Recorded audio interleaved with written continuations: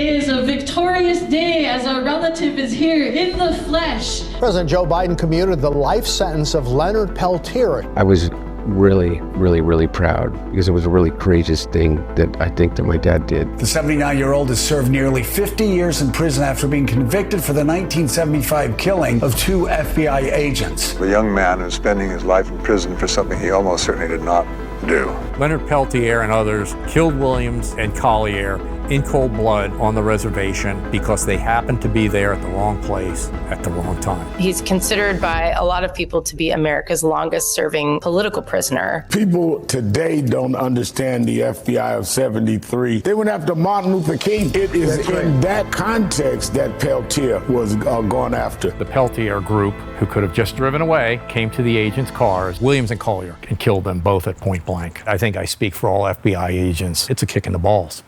That's, yeah. I know in my heart I never killed nobody.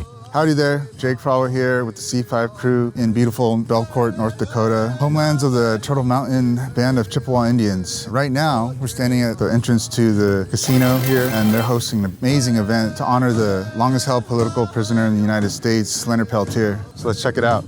My spirit name is One Who Carries a Light. Turtle Mountain, born and raised. Just here to celebrate Leonard Peltier coming home. There's a town that you enter before you come into the Turtle Mountains. We got word that there was all sorts of community members who stood out on the side of the road. Children, elders, probably 20 below, maybe even colder with the wind. And they're out there, fist high, cheering on Leonard. And it was a powerful moment. Seeing him walk in there, them printing shirts of his, food, the drums, community, fam. You know, we're in this together in unity. Just goes to show you right now what we're doing with Leonard. Beautiful people gathering together, you know, saying out war cries or whatever. It's really beautiful, yeah. I'm still shocked, you know what I'm saying? When I saw him get off that plane with him, I'm like, oh my God. To bring home somebody after that amount of time, Mandela, who did 27 years in a South African prison, then he came home and became president of South Africa. I think this is bigger. So I'm just excited to see what they do next, man. It's only up from here. Yesterday, watching him cross that reservation line, something happened, and I'm a younger guy. Like, I haven't been in this fight for very long, but watching these elders and the reactions from them, you know, I was telling some of the younger guys that were with us too, like, remember what it feels like. Remember what the stage in there smelled like, and those moments of being really present will continue to set in. You know, in our way, we say, like, ikakima, which is like, try hard, you know, like, try hard. That motherfucker tried hard, man. Before having his sentence commuted by Joe Biden in the final minutes of his presidency, Leonard Peltier was held in a federal detention facility in Florida for 58 years after being convicted in 1977 on 2 counts of first-degree murder. Initially sentenced to 2 consecutive life terms while his co-defendants were found innocent, this ruling was extremely polarizing. To some, he was a cop killer, and to others, he was a freedom fighter, and was expected to receive a pardon during the Obama era for alleged inconsistencies in the government's case. Bono made a whole thing about it too, but nothing happened. Guess who wrote a song about Leonard Peltier? Yeah. Bono. Booyah! He should have got full pardon. Look at the ones that Trump pardoned. They were murderers. Look what they did to our capital. And then we have our little native guy has to stay in his home. That, to me, is so unfair. I always wanted to know what the Native Americans understood. We face violence just like our elders, praying on the lands just like a Haysapa, and the Haysapa will never forget the day that the people stood stronger together. It calls protesters, we are protectors, standing together, we'll never surrender. No pipelines, no fracking on sacred ground, we're gonna stand up, make our ancestors proud. Jordan, everybody. When we organize, we revolutionize. And I'm here just to represent my family because my grandma, Deborah White Plume, these past few decades, she's been advocating for his release, and she passed away 5 years ago. They were good family friends. Since she ain't here to celebrate, I'm here to represent for her. I feel really appreciated that he's finally out, and how much organizing and work it took for the communities outside to advocate and bring awareness and make sure that his freedom was still on the table. I don't know if I could have taken this. I pray in gratitude that I was able to live long enough to see this day. How can you take something that horrible and make it a blessing? He showed us how. And I'm humbled to pass the mic off to one of my heroes, to one of our warriors, to one of our leaders, Leonard Peltier. Thank you very, very much for serving. It was surprising. I was full of shock. It was surprising to see all of these lined up there, welcoming me home, you know. I was June 10th. I went before the Cold War, and he gave me a death sentence. 15-year hit. Me years old, probably going to do 15 more years without the medical treatments I need. I was supposed to die here in that cell, but I beat him. I beat the bastards. What was a celebratory moment for many people in the indigenous community was the opposite for the intelligence community and FBI agents who see this commutation as a kick in the balls and a pathetic last-ditch effort by the Democrat establishment to capture the hearts and minds of the progressive left. I mentioned the, I call it the kick, the kick in the groin to the FBI over Peltier throughout. That was sort of the final kick. I should also note, this is the first FBI agent I've ever interviewed, and I wasn't really sure how to act, but shout out to our social media manager, JP Scatini, for making this happen. JP Scatini. All right, man. Hey, yeah, glad you can make it. Yeah, you're coming into the, as my wife says, the I love me wall. It's like souvenirs from your time with the FBI? Yeah, a lot of junk that's going to wind up probably in a box someday. And so after 9/11, when a lot of more braver people were volunteering to go to horrible places in Afghanistan and elsewhere, I decided, well, I can do that. I've been to Egypt. It's not that bad. There's a Hard Rock Cafe. So I volunteered and spent about 3 months in Egypt and somehow got this thing made to put on my desk. I'm not sure what it says. Actually, read that I'm way. assuming it says Chris Graham. I hope so. What if it says like total loser and they were just pranking you for years? Yeah. Kill this infidel when you see him. Didn't know they had a Hard Rock Cafe in Cairo. Yeah, well, they did. And went there again after 9/11, and it was sad. It was empty. People don't get it. Osama was like active way before 9/11. Yeah. The Tanzania bombings. Read a book about him. When he was young, he used to go to Beirut, back when it was like a more westernized, safer city. He used to get drunk at bars and just bitch about America. Yeah. And then he really made something out of that. Some of the hijackers were out partying the night before at strip clubs. And Are you serious? Oh, yeah. Tipsters say at least one terrorist received lap dances at Olympic Garden. They were not being pious. Some of them were gamblers, high rollers, good customers. They were living, now maybe that was by design to kind of fit in. But I think it was more likely because they like strip clubs. I think you're right. I don't think they're like, we're going to throw off the freaking CIA right now. So. I'm going to go get a lap dance in Cambridge. Strip dance, especially if you're going to crash a plane. We got to talk to those strippers and figure out what the vibes were. Hey, what's up, everybody? Just wanted to take a quick break here to see how the media has been covering the standoff between the Trump administration and New York over their statewide ban on Native American mascots. The left and right are covering the Trump administration's threats to pull funding from New York over their mascot ban in very different ways. For example, the left-wing Daily Kos headline reads, Trump team makes ridiculous and racist demands of schools, making it clear exactly where they stand on the matter. Meanwhile, the right-wing Fox News headline reads, Education Department finds New York agencies violated Civil Rights Act with ban on Native American mascots, echoing the same talking point as the Trump administration, and seemingly trying to conflate the struggles of Martin Luther King Jr. with a high school who doesn't want to change their mascot. As we know, different outlets push different agendas, shaping the story to fit their own narratives, which is why independent reporting matters, and we here at Channel 5 are 100% committed to bringing y'all raw, unfiltered coverage straight from the streets. But before we hit the streets, we get informed, using what, you might ask? Ground news. Ground news is a dope-ass news aggregator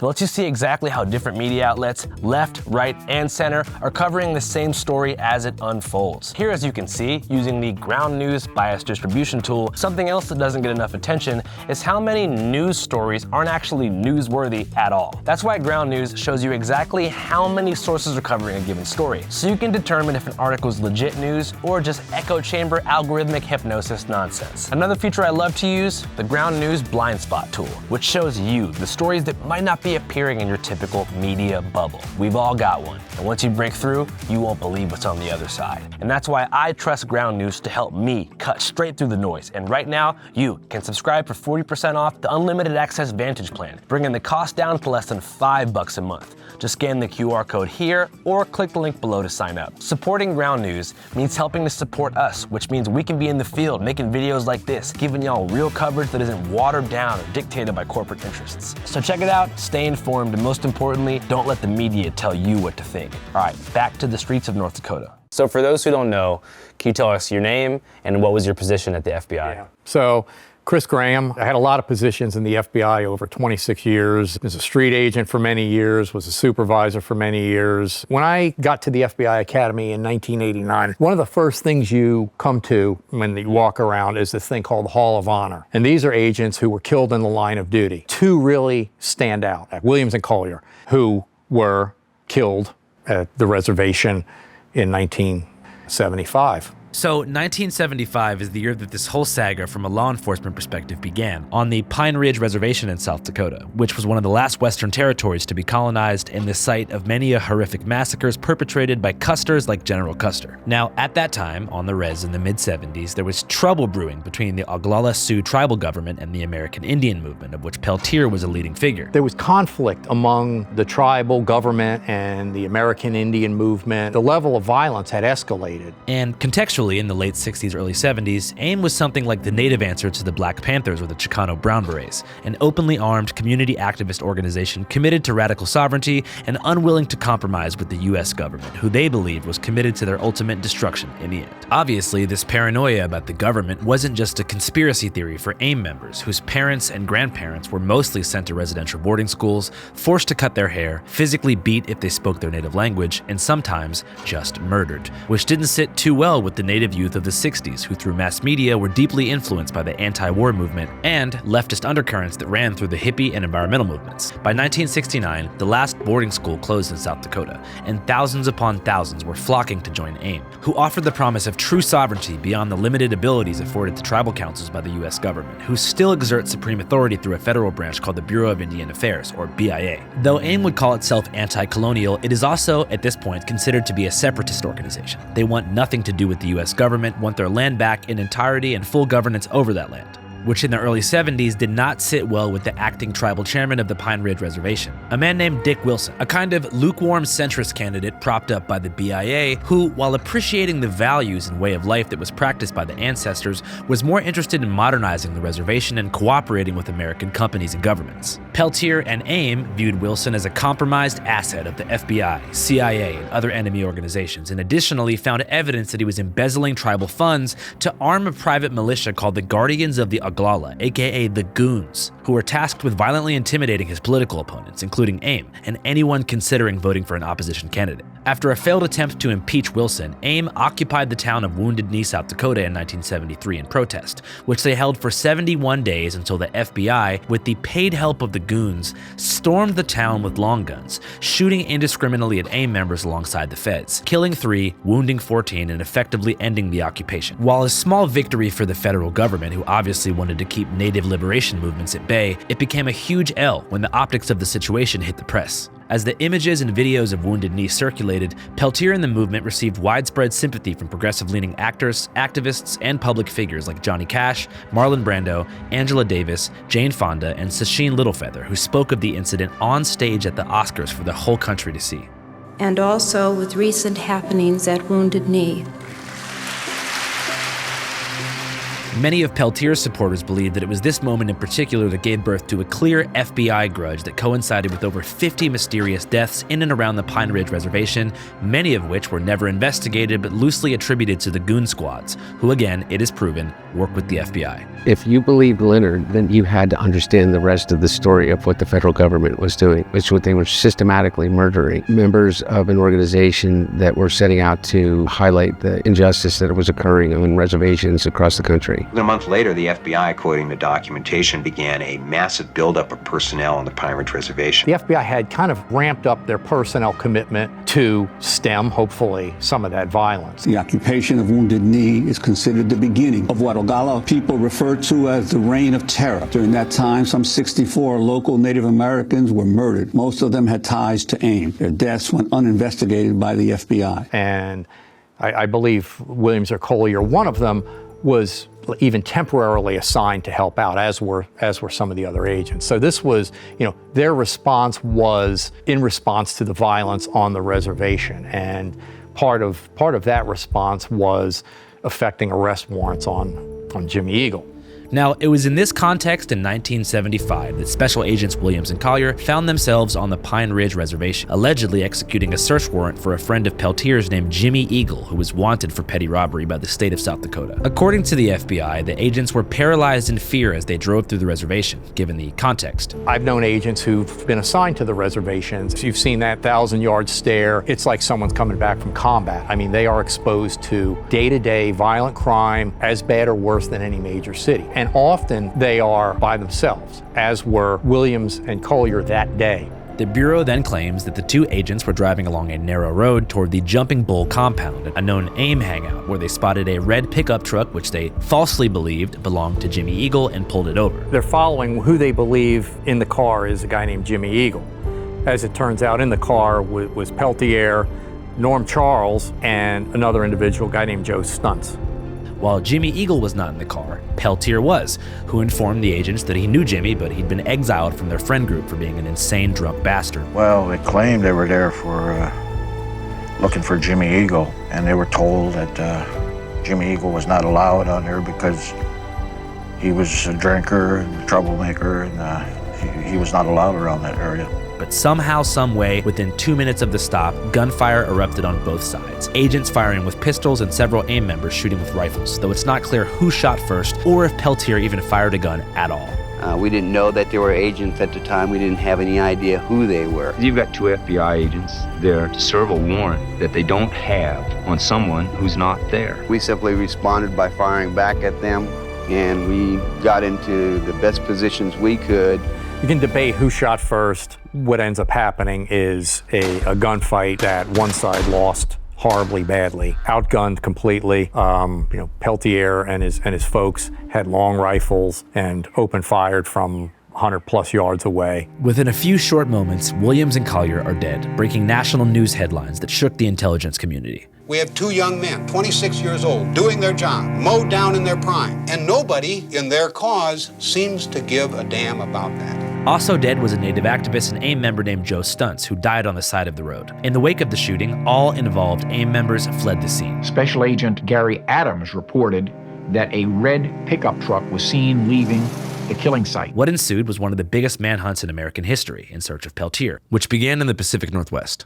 So, in Oregon, I think he either bought or stole an RV, was stopped by an Oregon trooper, fired shots at him, and escaped and fled, and ultimately got into Canada. Some of the head men and chiefs that I should perhaps go to Canada. He hid out at an Indian reservation there, or Native American reservation there, for the better part of a year, fighting extradition, and held him. Now, Canada, we have extradition treaties with Canada, but depending on the potential penalty, they may be not as willing to extradite somebody who might be facing the death penalty. Nevertheless, Peltier would be extradited, largely on the basis of two affidavits from a supposed eyewitness to the shooting. I mean, ultimately it was RCMP, Royal Canadian Mounted Police, who pulled Peltier out of Alberta and extradited him to U.S. to face 2 murder charges in a federal court. So he gets arrested in Canada, he gets shipped off to the U.S., held at a facility,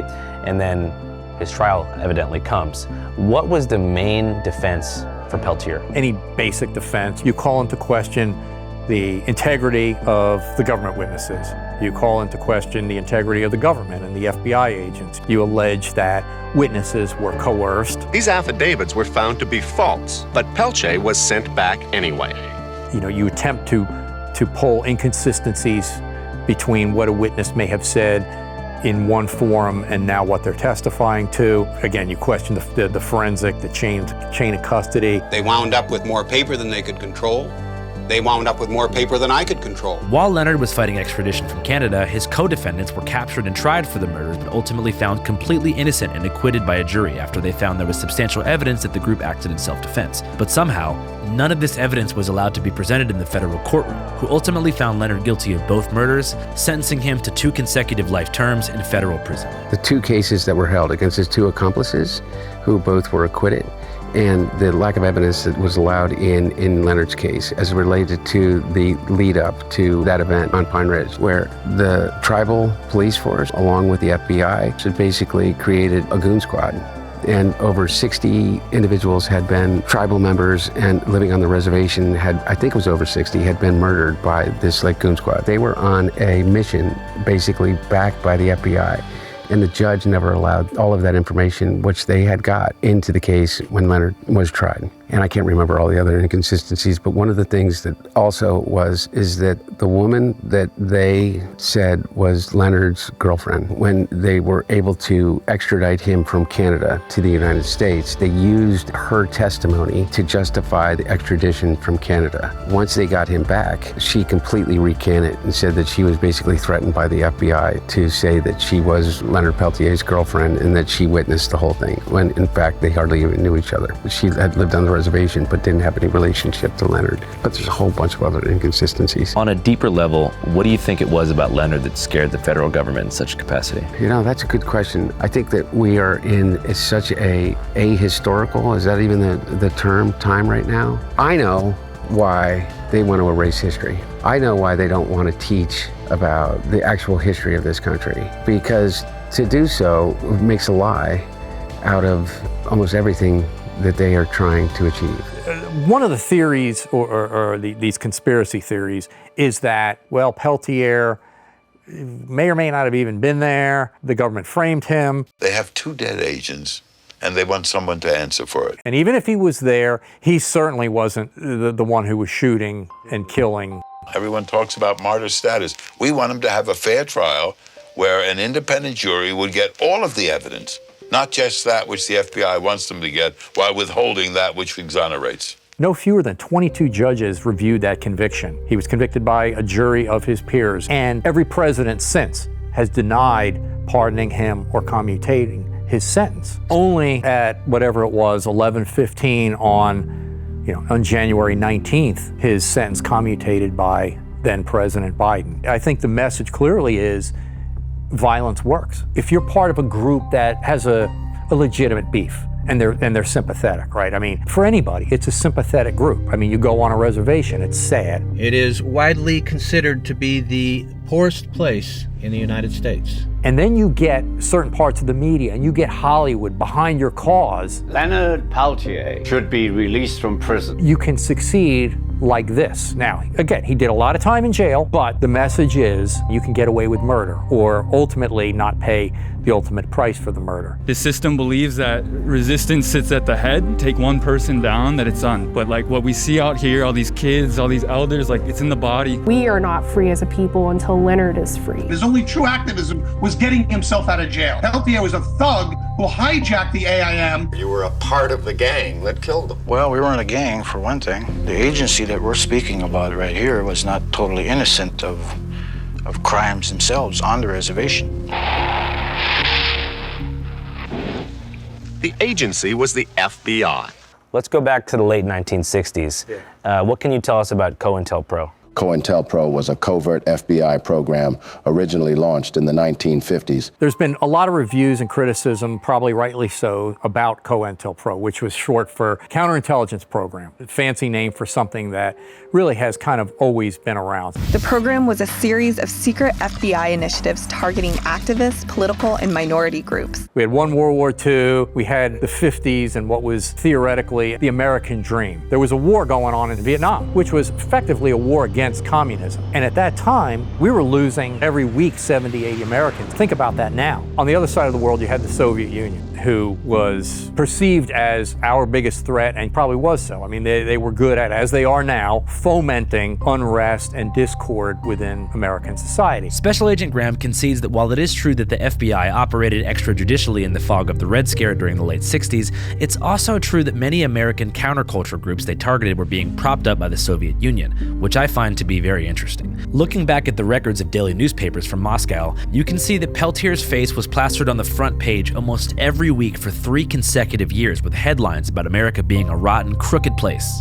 It's a face which on the other side of the world, in the Soviet Union, is as familiar as Ronald Reagan's. Declaring Peltier a political prisoner and sometimes using exact copy that was used to describe Nelson Mandela when he was arrested in South Africa. Political prisoner in the heart of America. That's the Soviet message. not. And on television, the Soviets follow Peltier the way Americans keep track of dissidents like Sakharov or Sharansky. Simultaneously, the Peltier story received almost no coverage in the States, falling to the wayside as Americans were absorbed by the death of Elvis Presley, the tragic plane crash involving Leonard Skinner, and George Lucas' first Star Wars movie. The Soviets were even flying Peltier's family and friends to Russia for press conferences and televised interviews. Stephanie Autumn was Peltier's common-law wife. I've gone over testimony. I've talked to almost everyone that was there that day, and I know that Leonard is innocent. Last year, she and 2 other supporters took their cause to the Soviet Union.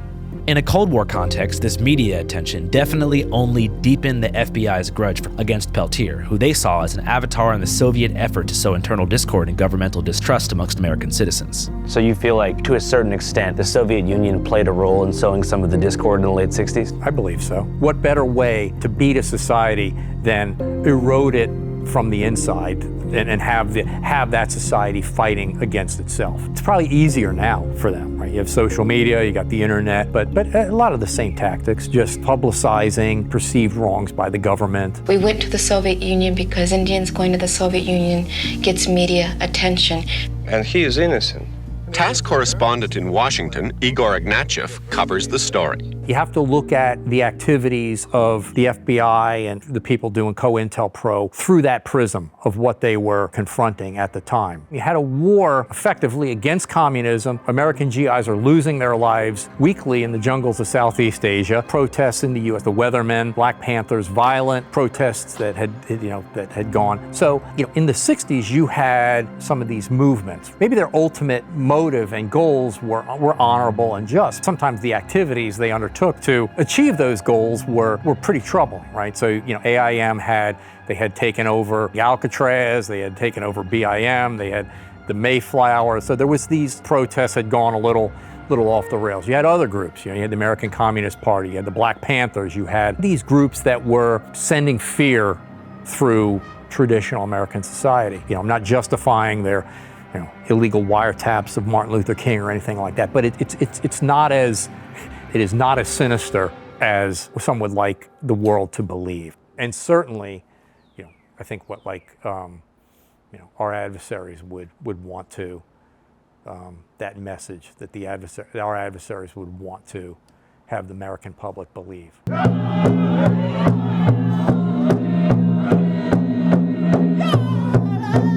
So the event just came to a close. Very powerful experience. Still kind of overwhelmed by the amount of energy that was there. So still processing. Sometimes, these kind of experiences don't even feel real. They're just like dreams. If you could describe today in one word, what word would that be? Coming today.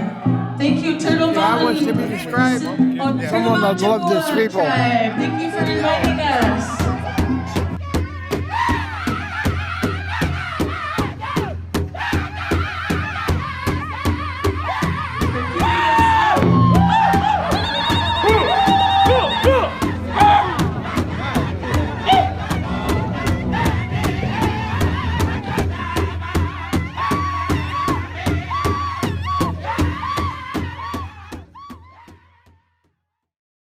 Hey, what's up, guys? Oh, shit. Hey, man, thanks for that web link. It's really working. I don't know if you guys missed the memo, but we just dropped an entire feature film. That's right, a full-blown movie at www.dearkellyfilm.com. DearKellyFilm.com. It's an action-packed movie that revolves around the life and times of Kelly Johnson, AKA Kelly J. Patriot. Kobe Bryant was assassinated by the Quins. Come here, Nazi, you're going to Guantanamo. Oh my gosh, what did I do? Am I getting canceled? The Democrats don't like you, they're gonna cancel you. It documents his semi-estranged family and their attempt to pull him out of the rabbit hole. Are you selling baby parts, yes or no? Don't tread on me! Don't even think about it! I don't want to say too much, but it's a good movie. If you guys want to watch it, it would mean a lot. www.dearkellyfilm.com. It's available for rent and buy. You can rent it for $5.55, or you can buy it for $15.55. www.dearkellyfilm.com. www.dearkellyfilm.com. www.dearkelly